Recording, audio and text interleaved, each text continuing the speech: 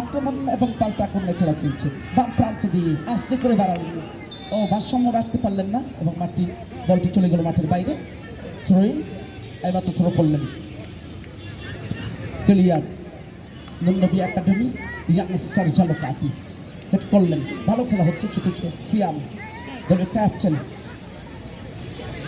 চমৎকার থ্রো বাড়িয়ে দিচ্ছেন, কিন্তু ওখানে ঝুঁকি নিচ্ছেন না।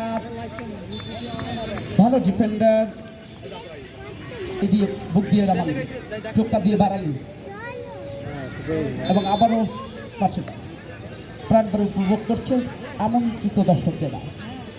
চান উত্তেজনা, নাটকীয়তায় ঠাসা ফুটবল আমরা কিন্তু এই মুহূর্তে দেখতে পাচ্ছি।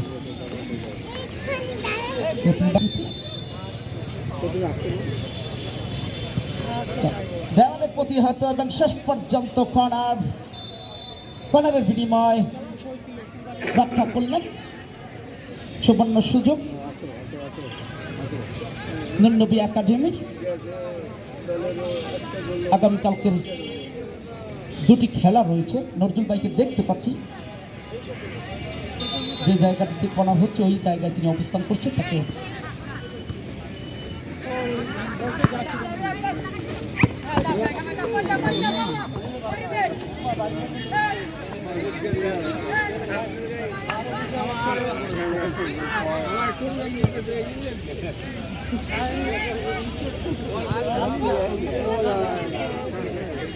বিপজ্জনক পরিস্থিতি কোন হতে পারে, কিন্তু গোলরক্ষকের বেরিয়ে গিয়ে ডান দিকে ঝাঁপিয়ে পড়ে গিয়ে বন্দি করে নিলেন।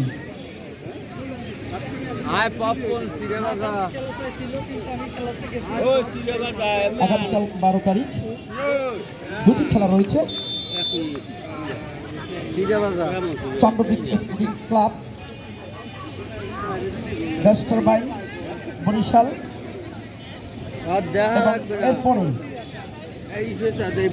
কালকের একটি খেলা সম্ভবত জানি না, কর্তৃপক্ষ জানিয়ে দিলে আমি জানিয়ে দেবো আগামীকালকে কয়টি খেলা। উঁচু করে বিপজ্জনক পরিস্থিতি, গোল হতে পারে, জটলার সৃষ্টি। ও গোলরক্ষক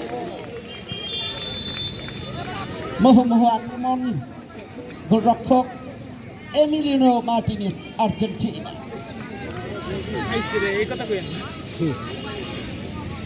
আর্জেন্টিনা দলের আপনারা জানেন আগামী 15 তারিখ শুক্রবার 5:30 প্যারাগুয়ের মোকাবেলা করবেন। আবারও বিশ্বস্ত আস্তানায় পাখি উড়ে যাচ্ছে, পরশ বুলিয়ে দিচ্ছে, খেলা দেখে যাচ্ছে। পাখির কলতাদে কিচিমিচি সব। বিপজ্জনক পরিস্থিতি, রাহিম, নিয়াজ, জুনায়েদ রাখতে পারলেন না। সিয়াম পালছে আক্রমণে নবী একাডেমি।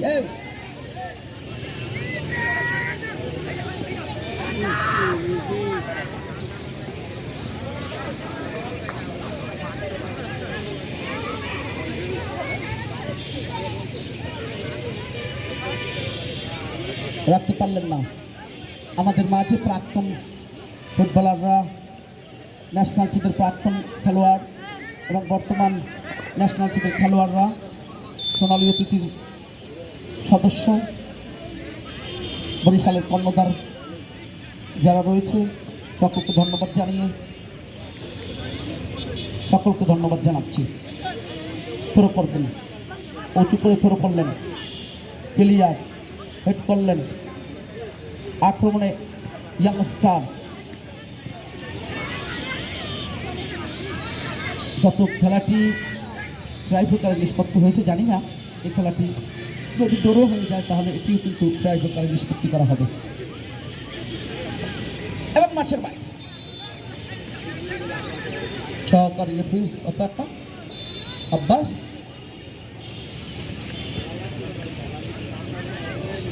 থ্রো।